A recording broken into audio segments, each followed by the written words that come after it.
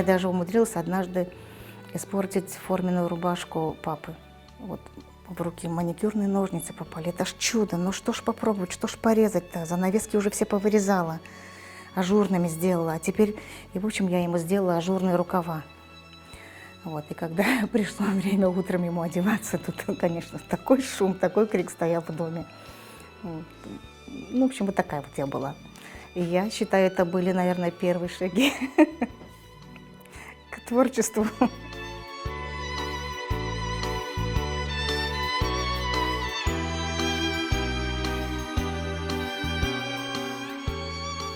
У каждого своя программа жизненная. Вот, значит, в моей программе и был такой отрезок, когда надо было работать на стройке. Это тоже, скажем, дало очень хороший результат. Я и, как говорится, ткач, я и жнец, я и швец, я и строитель, я и дизайнер своего дома. Я, да, вот построила себе дом. В буквальном смысле от слова «строитель». Штукатурила, и бетон мешала, и разгружала машины, и вот блоки на свой дом сама выставила. Сама одна, с крановщиком.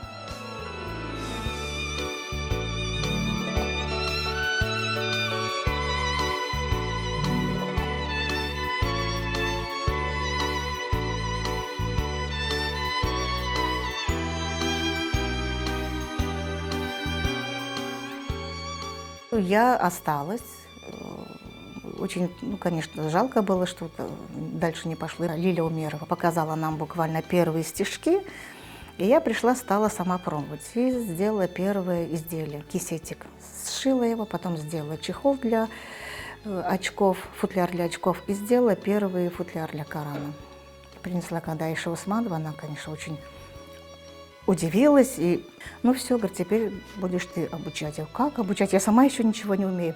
Ну ничего, говорит, значит, мы вместе будем что-то думать дальше. И вот потом она защитила проект очень интересный, где 25 женщин у нас в Крыму обучились этому и должны были разъехаться по 25 регионам Крыма и обучать там уже, набрать группу минимум из 10 человек. И благодаря этим курсам, наверное, началось возрождение этого вида искусства вышивки.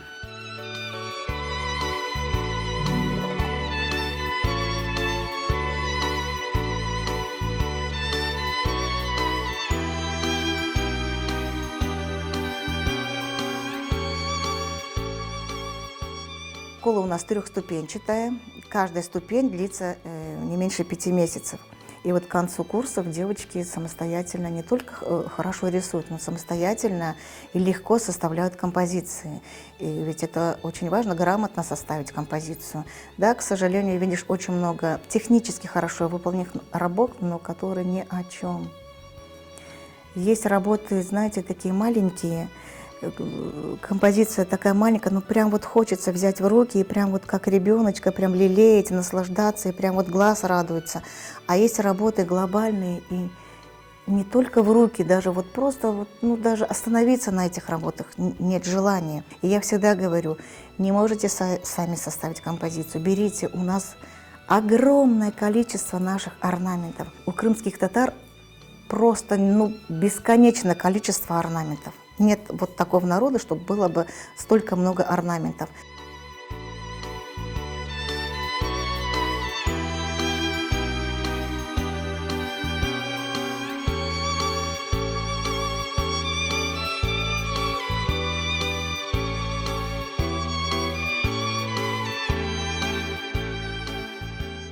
100% копировать какие-то изделия даже нужно, потому что я вижу даже в музеях есть такие изделия, которые уже страшно в руки брать, они рассыпаются, орнамент шикарный, цветовая композиция просто превосходна, поэтому их нужно продублировать, чтобы сохранить эту красоту. Ну, конечно, если у человека не хватает, скажем, знаний теоретических, конечно, лучше копировать, чем придумывать самим. Для того, чтобы самим орнаменты придумать, нужно учиться.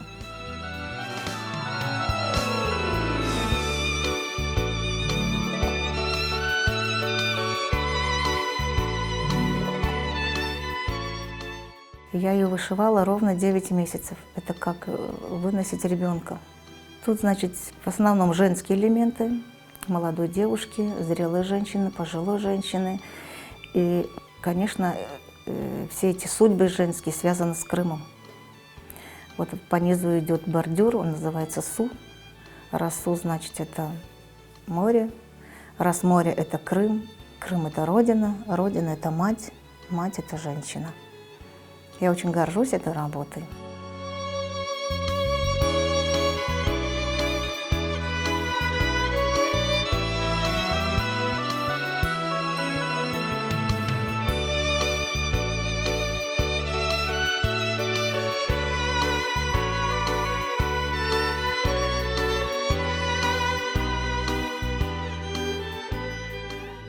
Каждая работа имеет свою историю. Почему она появилась, что меня вдохновило на это.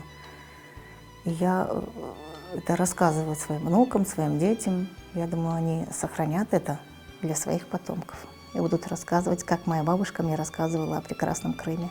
Я бы хотела, чтобы эти работы мои дети и внуки хранили как память обо мне. И не только хранили, а пользовались бы этим в своих домах. И пусть бы каждая работа, это как фотография моя была бы для них.